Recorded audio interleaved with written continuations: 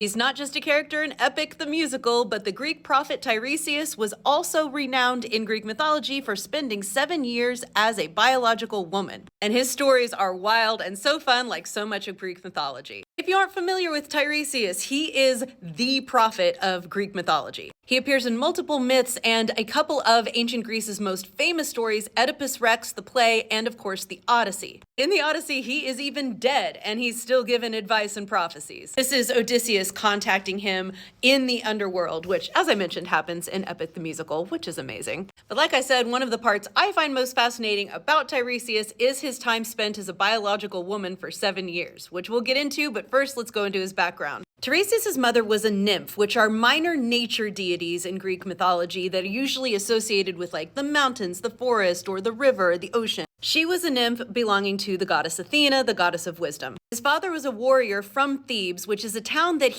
Tiresias, is going to be associated with forever. He basically lives from its founding till its end. And a cool detail is that mythologically his father is one of the sown men, but men who reportedly sprang up out of the ground of Thebes to become warriors when Cadmus first founded it by sowing dragon's teeth into the ground. One of Tiresias' most famous characteristics is that he is blind. In fact, our modern idea of a prophet who walks around with a walking stick comes from Tiresias. A lot of people think of like Moses and his staff, but these stories are actually earlier than the Hebrew Bible. Now, there's a couple different stories about how he became blind, depending on who you read. The first story is that when he is a youth, a young man, he wanders around and finds this spring where the goddess Athena and his own mother, the nymph, are bathing together naked. Enraged that he would look upon her naked goddess form, the goddess Athena strikes him blind. Now his mother begs her to undo it, but she won't do it. Instead, she cleansed his ears, giving him the ability to understand bird song, which is cool,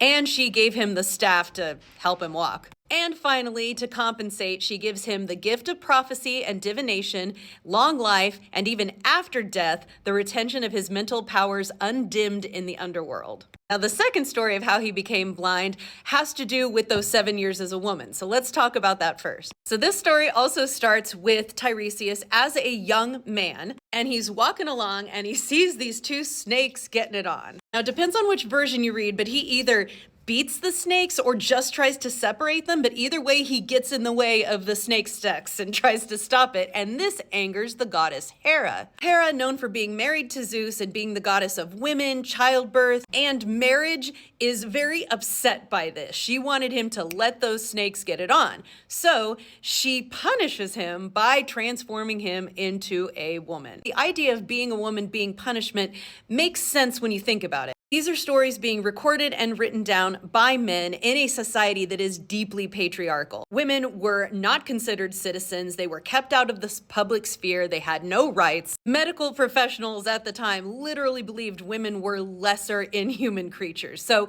yeah, in their world, definitely a punishment. However, Tiresias goes on and seems to make the most of his life as a woman for the next 7 years. This is a 17th century Italian painting called Tiresias Transformed into a Woman. She becomes a priestess of Hera, gets married, and has children as a woman. One of those children is his daughter Manto, who also will become a prophet. So after 7 years, depending on the story you read, Tiresias comes across two snakes having sex again, maybe even the exact same snakes. Having learned her lesson, Tiresias leaves the snakes alone and is transformed back into a man by Hera. So the story of Tiresias' blindness, if you don't go with the Athena bathing one, comes after this and has to do with his gender change. Apparently, Zeus and Hera are arguing one day about who experiences more pleasure during sex, men or women. Hera says it's you dudes, and Zeus says, nah, I think it's the women. So they come to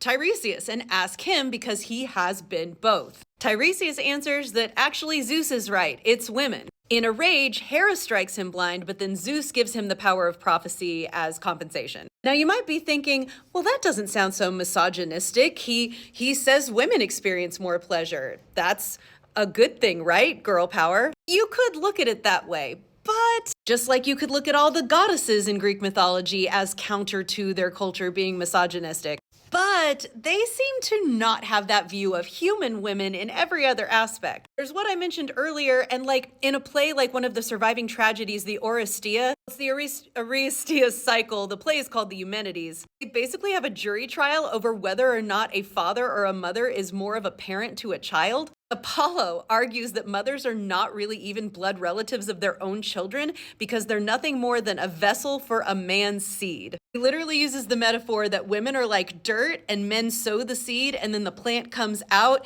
and so it all comes from the man and his cultivation, and the women are basically just absolutely literally dirt, just inanimate passive vessels to be sown. And this makes a lot of sense when you look at Greek myths about Zeus having sex with all those women as a swan or a bull or a golden shower, or times when he tricks them by pretending to be their husband. Sometimes if you look for the origin of a hero and go to Zeus having sex with their mother, it's not clear whether it is sexual assault or consensual because that literally didn't matter to ancient Greek writers. Women are dirt. They are creatures below the ability to consent. They are there to sow your seed or not, and consent kind of doesn't matter because they aren't people. And this idea that women always like sex and always like it more than men really just kind of leans into that sort of rape culture. They always want it. In the end, of course they want it. They're women. I'll talk about this in another video, but like the song Swan Upon Leda by Hosier is based on